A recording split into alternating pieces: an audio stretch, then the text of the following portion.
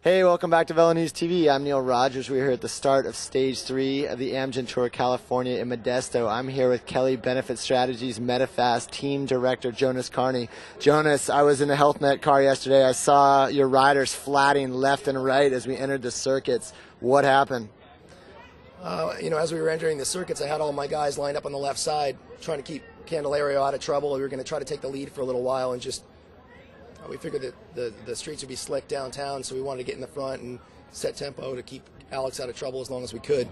And apparently some jackass had thrown a bunch of thumbtacks on the road, so all my guys ran through a big pile of thumbtacks. We had 3 guys flat all at once entering the circuits with about 10K to go, and they all lost time.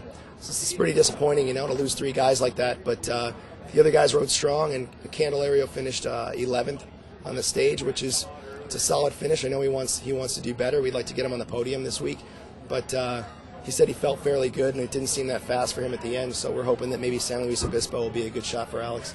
I know it's been a tough week for you guys. Lacombe had that stomach bug that's been going around. You guys had the punctures yesterday. You just told me before we got the camera rolling that you're standing here layered up and shivering with the flu. What's the morale like within the team given all this?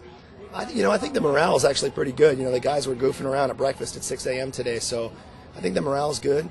And the sun came out a little bit this morning, so we know from last year we had just a huge string of bad luck for the first couple of months of the year. I mean, something like I've never seen.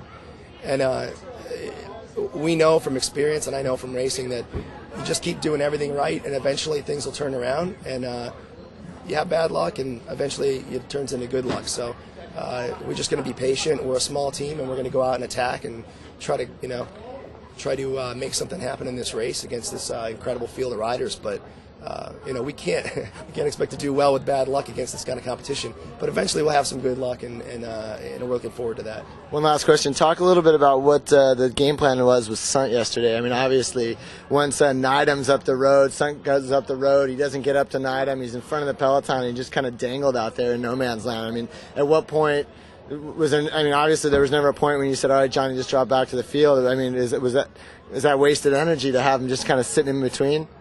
Well, John originally he was trying to bridge across to Scott, which would have been a great move. Unfortunately, BMC didn't want to wait for Johnny because they were afraid that Johnny wouldn't be able to climb fast enough and that they would get caught on the climb, or that's what it seemed like, which I understand. We thought that having Johnny out there, that people would attack on that climb, and a group would come to him, and then Johnny would be in a small group that would go up to Nydam, and that was kind of our goal. And then, of course, the group just kind of like cruised up the climb and let Johnny out there. So the gap got big. And once we got over the climb, I said, okay, well, we should probably go back. And then TV1 came up, started filming Johnny. So like, well, we'll hang out for a little while and get TV1. And then it got to the point where we realized that Johnny might get the most aggressive rider jersey if Nydam took the KOM jersey. So we thought, well, we'll just ride to the next climb. And Johnny was actually going really easy out there. He wasn't pushing it.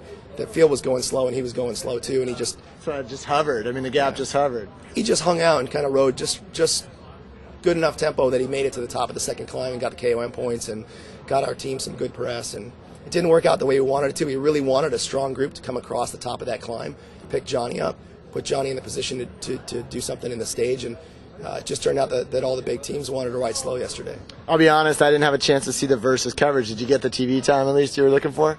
Yeah, actually, I think it's pretty funny that we were wondering why the TV was on Johnny so much yesterday, and it was because they were having some problems. I think maybe Nydam was too far ahead with the transmission or something.